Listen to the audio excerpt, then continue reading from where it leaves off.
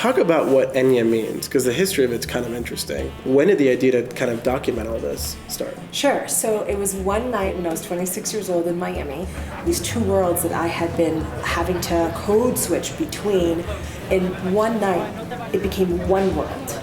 And we owned that world, and our jokes were a part of that world, and our stories were a part of that world, and our experience was a part of that world. I love that. This is so crazy because I'm totally connecting with this 100%. I've never really had conversations like this even. So my life is totally like, even from just 20 minutes ago, it's completely different than what it is right now. No. I'm not even like you're saying that. That's no, awesome. I'm being genuine.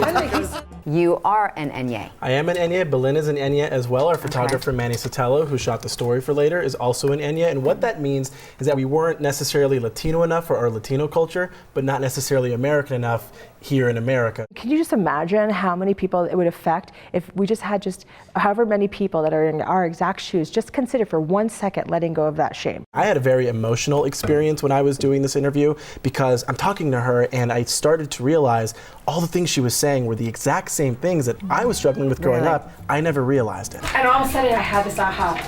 Every joke, everything that everyone's saying tonight is about being an Enye, but I didn't have a word for it. This feeling that we are two people at the same time.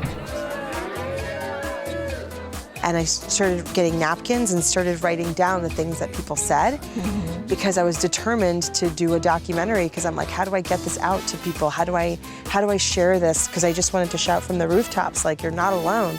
Our guest of honor is about to arrive. He doesn't have a whole lot of time, but I just wanted you guys to meet A very special and new friend of mine. Yo, yo. How are ya? Good to see you guys. So thank you to Louis Guzman for taking a minute today. Thank you. To meet. She's incredible. Like looking in a mirror, so are you. Ah. If I saw that every day that I looked in the mirror, Oh, Louis. you kidding me? I would never leave my house. Oh, you're so good for the ego. I try.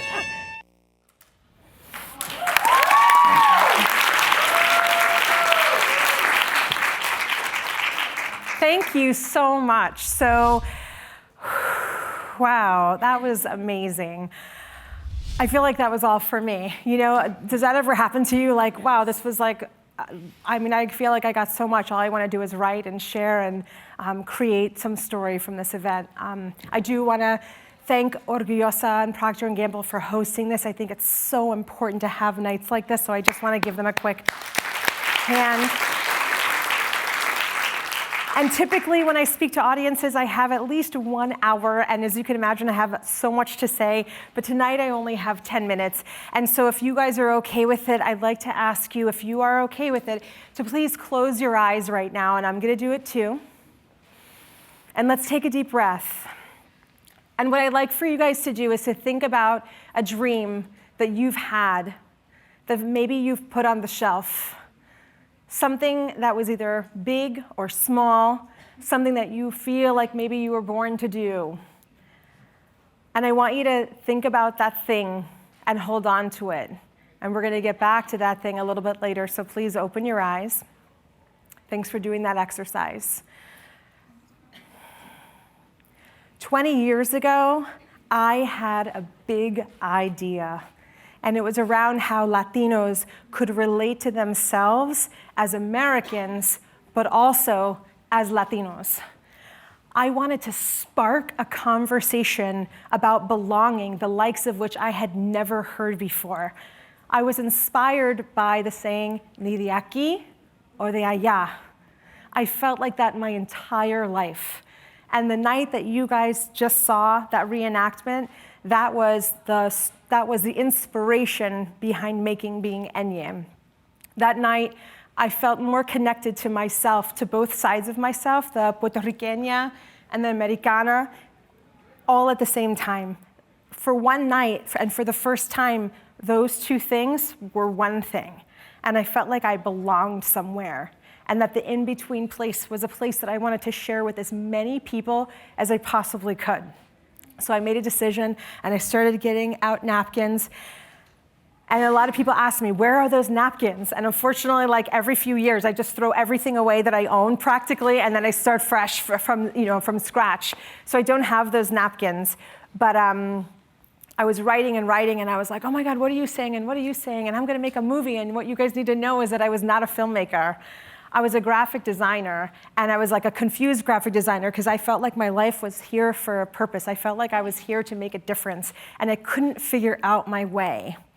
But that night, I got a glimpse of something, and that little thing kept bugging me for the next 17 years. And so you heard me say that it took 17 years to get from that night to the day that I knocked on my co-producer's door and pitched him Enye.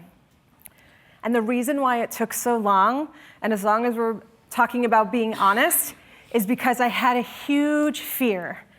I had a huge fear that I wasn't good enough, that I wasn't smart enough, that I didn't have the education, that I didn't go to film school, that this idea maybe isn't a good idea, and that maybe I am, and my friends that night were the only people that ever felt like this. And I put this off, and I put this off, and I one day somedayed it. You guys ever do that? One day, someday, oh my God, it's gonna be incredible. And I painted that picture like you could not believe.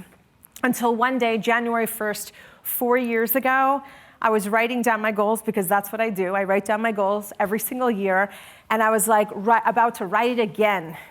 And I just got so sick of hearing myself talk about it. Do you guys have friends like that? Either you have a friend like that or you are like that. And if you don't admit that you have both, then you're lying. And for me, it's like one day, Monday, I'm gonna lose that weight, that baby weight. My kids are 6 and 8, but Monday, And so I was so tired of hearing myself say, one day I'm gonna change the world. One day I'm gonna make a movie and people are gonna watch it and they're gonna feel like they belong to something, and when their whole lives they had no idea where they fit in. One day I'm gonna inspire a high school kid that feels so disconnected from their culture and is making bad decisions, and I'm gonna redirect that child into doing something great with their lives because they have a place called home. And I didn't do it year after year after year. And I get really emotional about it. I haven't cried. I've been working on this for 4 years, and I think I've cried a lifetime of tears in 4 years. And it's because it's so, so personal to me, and the difference that this media can make in children's lives and has already.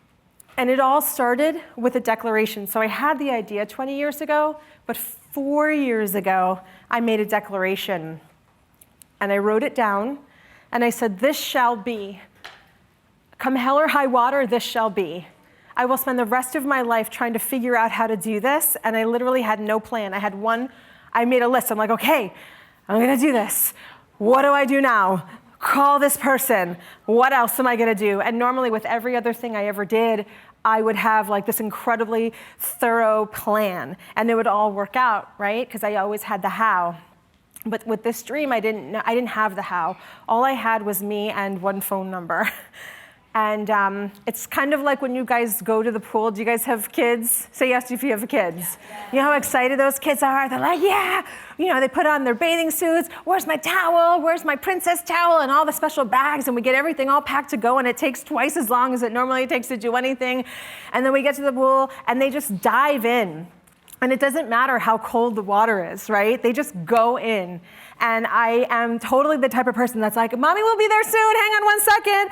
And I just like test the waters. I'm gonna fall here, but I test and I put a big toe in, or part of my foot. And I'm like, oh my God, it's too cold. I don't wanna go in. I did 17 years of I don't wanna go in, it's too cold. But the joke was that I was waiting for the water to get warmer. The water never gets warmer. I am the one that had to warm up to the idea of jumping into a cold, deep pool and not knowing if I could swim. Thank you very much. So sometimes your dream takes a little bit longer to blossom. And I will say, although I feel like I wish at times that I would have gotten to this, because it's just like what the ladies said on the panel, like follow your voice. Like really, that's the true thing. That is what I absolutely believe is what we all should be doing, is listening to that voice that sounded so faint when I was only 26 years old, but is loud and in stereo in my ears now. And I am so guided by her, and she is me, and we all have her living inside us.